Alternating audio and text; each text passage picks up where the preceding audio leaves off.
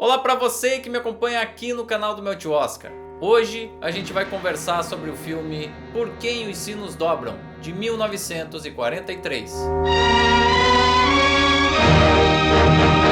Cinema e literatura sempre tiveram uma simbiose notável, e alguns dos filmes mais aclamados de todos os tempos têm como origem obras anteriormente escritas no formato de livro. No caso dessa obra que a gente está analisando, a sua origem também está na literatura, num romance escrito pelo autor norte-americano Ernest Hemingway. O escritor sempre aparece nas listas das personalidades mais importantes da área no seu próprio país, e foi vencedor tanto do prêmio Pulitzer quanto do prêmio Nobel ainda na década de 1950. Durante a Primeira Guerra Mundial, ele foi motorista de ambulância na Itália e lá ele se apaixonou por uma enfermeira, o que inspirou o livro A Farewell to Arms, posteriormente adaptado para os cinemas no ano de 1932 e inclusive indicado ao Oscar de melhor filme naquela temporada de premiações. Se você perdeu a análise desse filme aqui no canal, volte nos arquivos e confira também esse filme. Anos mais tarde, ele moraria na cidade de Madrid, tendo se envolvido profundamente com a Guerra Civil Espanhola do final da década de 1930. E foi essa experiência que fez ele escrever a obra For Whom the Bell Tolls, publicada no ano de 1940 e considerada por grande parte da crítica como a sua maior obra.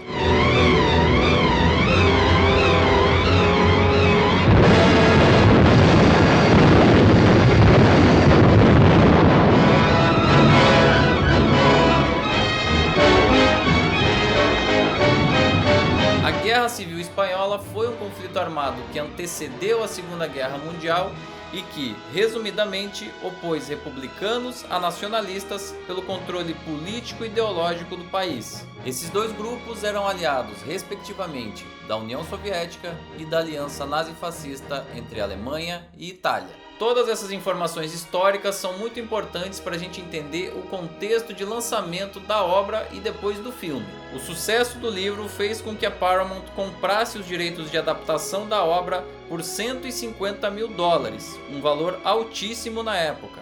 O roteiro aborda a história de Roberto, um voluntário que é norte-americano de nascimento, mas que se junta à guerrilha republicana espanhola. Ele tem muita experiência com artefatos explosivos e logo depois de sabotar um trem, logo no início do filme, ele recebe a missão de fazer a mesma coisa com uma ponte que era estratégica para o grupo nacionalista. É por isso mesmo que o filme está constantemente permeado pelas questões políticas, potencializadas pelo contexto da Segunda Guerra Mundial. Maybe you feel that I'm sticking my nose into other people's business, but I don't feel that way. It's not only Spain fighting here, is it? It's Germany and Italy on one side and Russia on the other, and the Spanish people right in the middle of it all. The Nazis and fascists are just as much against democracy as they are against the communists. And they're using your country as a proving ground for their new war machinery, their tanks and dive bombers and stuff like that, so they can get the jump on the democracies and knock off England and France and my country before we get armed and ready to fight. Por serem guerrilheiros, os personagens atuam com cautela e estratégia, sem grandes arsenais militares. Toda a preparação acontece em uma região montanhosa, que serve de cenário para a primeira parte do filme, onde predominam os diálogos e as interações entre os personagens. É um momento de conflito psicológico, tensão e exploração das expectativas do arco narrativo. Nesse contexto, a gente conhece personagens como o Anselmo, que é uma espécie de guia para o Roberto, o Rafael, que é um cigano bem intencionado, ainda que incompetente e um tanto preguiçoso, o Pablo, que é líder de um grupo de guerrilheiros, mas que vai ter posições e atividades dúbias ao longo da história. A gente não vai ter certeza sobre a seriedade dessa liderança ao longo do caminho. E a Pilar, que é esposa de Pablo, uma mulher já envelhecida, de forte personalidade e a verdadeira líder daquele grupo. I should shoot you and the foreigner both. Try it and see what happens. Listen to me, drunkard. You understand now who commands? Why? I command. No. Listen. Take the wax from your ears. Listen well. I command. Esse elenco coadjuvante é essencial para o filme, até porque essa primeira parte é bastante falada, bastante verborrágica. Ela foi interpretada por atores menos conhecidos, menos badalados, mas não menos competentes. Akin Tamirov faz o Pablo e foi indicado ao Oscar de melhor ator coadjuvante por esse papel, e a grega Katina Paxinou faz a Pilar, tendo vencido o Oscar na categoria de melhor atriz coadjuvante. Esse é um prêmio, inclusive, que eu acho muito merecido, já que a primeira parte do filme depende muito dos diálogos e das expressões, e a Pilar é uma espécie de imã de atenção que costura todos os demais personagens. Ela também garante o equilíbrio de um ambiente dominado por homens com ego e com muita desconfiança uns dos outros. Já o papel protagonista feminino foi interpretado por uma das mais importantes atrizes da época, Ingrid Bergman. Ela confessou posteriormente, inclusive, numa entrevista concedida à televisão canadense, que o próprio Ernest Hemingway já tinha pensado nela como um nome apropriado para interpretar a Maria, uma jovem órfã que tinha sido estuprada pelas forças nacionalistas. Mr. Selznick suggested I go up and try to get hold of him. I did get hold of Mr. Hemingway, and we met, had lunch, and I said, somebody else is playing the part that you want me to play. And he said, you'll get it, you'll get it. And I said, well, do something. You're leaving for China, and what can I do? He said, I don't know, I have a feeling you'll get it. And 3 weeks after, I was called up, and they said, we've changed our plans. We're taking off the actress who is playing it now, and are you willing to cut your hair? And I said, I'm willing to cut my head, if I can get that part. O nome da atriz que tinha sido inicialmente escalada para interpretar a Maria e que é citada aí nessa entrevista é de Vera Zorina. Mas o Hemingway também já tinha pensado em um nome masculino para interpretar o Roberto, e esse nome era Gary Cooper. Ele já tinha sido o protagonista de Adeus às Armas, de 1932, e agradado muito o escritor.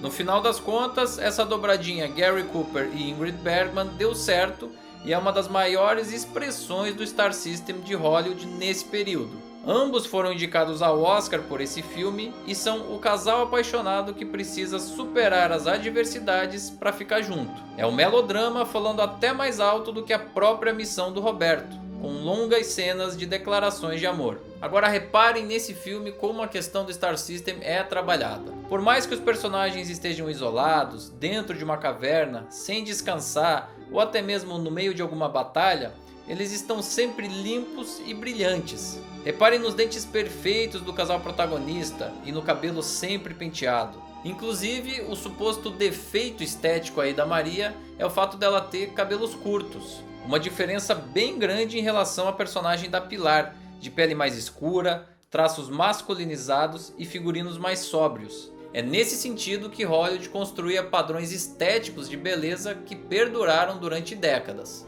Oh, Roberto, that too is like a dream, like a wonderful dream. No, my hair amuses you because it's odd, but every day it's growing. It'll be long. I will not look ugly. Perhaps you will love me very much. O filme foi muito bem recebido na época de lançamento, teve uma maioria de críticas positivas, mas me parece que, infelizmente, algumas questões envelheceram muito mal de lá pra cá. A primeira delas é justamente esse esvaziamento da personagem da Maria, cuja única função é praticamente conquistar o Roberto, provando-se valorosa para ele. Em uma determinada cena, ela chega a se justificar por não ser mais virgem, algo impensável em um filme produzido hoje em dia. Uma outra questão, essa sim apontada na época de lançamento, é em relação ao seu ritmo, que se reflete na duração final da história. São quase 3 horas de projeção, com um intervalo no meio que poderiam facilmente cair para 2, resumindo ou cortando cenas longas e arrastadas da primeira parte. Esse é um filme falado demais no início, ele demora a engrenar. Tem bons momentos, mas é cansativo. My father was the mayor of our town and a Republican. And when the nationalists took the town, they lined up all the Republicans against the wall. My father cried out very loud, "Long live the Republic." And then they shot him. But my mother was not a Republican. She had no politics. But she loved my father and she couldn't say that. O diretor responsável por esse filme foi Sam Wood, um nome que era muito ativo nesse período e já tinha assinado algumas obras indicadas ao Oscar na categoria principal, como Nossa Cidade, de 1940, já analisado aqui no canal do Meu Tio Oscar. Além disso, ele mesmo vinha de 3 indicações na categoria de melhor direção: Adeus Mr. Chips, de 1939, Kitty Foyle, de 1940 e Em Cada Coração um Pecado, de 1942. Aqui eu diria que ele faz um trabalho competente, ainda mais levando-se em conta o tamanho da produção e a complexidade de realização, mas errando a mão nessa questão do ritmo que eu já comentei. O roteirista do trabalho foi Dudley Nichols, que já tinha vencido o Oscar em 1935 pelo filme O Delator, outro que a gente já analisou aqui no canal do Meu Tio Oscar, e que teve aqui uma responsabilidade muito grande por ser a adaptação de uma obra já consagrada de um dos maiores escritores norte-americanos da época. E a gente tem que levar em conta também que ele enfrentou alguns desafios nessa adaptação, uma vez que estava em vigor o código de produção. Então nem todas as cenas, sequências e diálogos poderiam ser simplesmente transcritas do livro para o filme.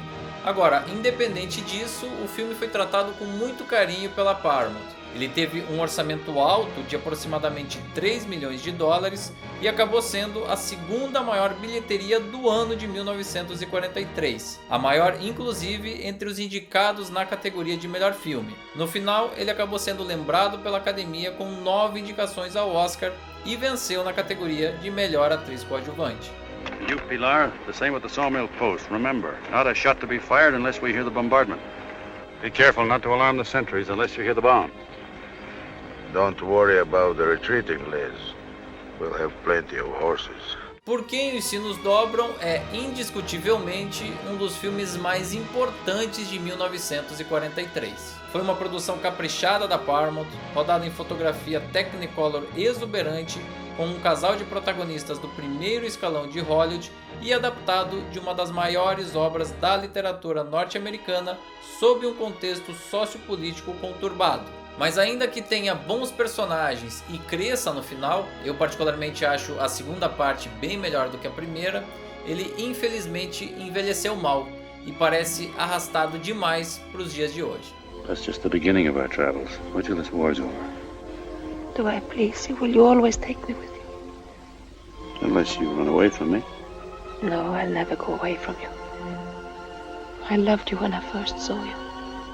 I've always loved you, but I never saw you before. Now I'm your woman. I'll always be your woman. Always. E agora eu queria saber de você aí que está me assistindo. Você já assistiu a esse filme? Já tinha lido o livro anteriormente? E o que você achou então dessa adaptação? Gostou, não gostou? Faz o seguinte, usa o espaço aqui embaixo destinado aos comentários do próprio YouTube para deixar a sua opinião sobre o filme e também sobre esse vídeo. Também não esquece de curtir, compartilhar esse material, se inscrever no canal e ativar as notificações no sininho. A gente segue analisando todos os filmes indicados pela Academia na categoria de melhor filme em 1943 e o próximo título vai ser Nosso Barco, Nossa Alma, de Noel Coward. Tá muito bacana e eu te espero aqui.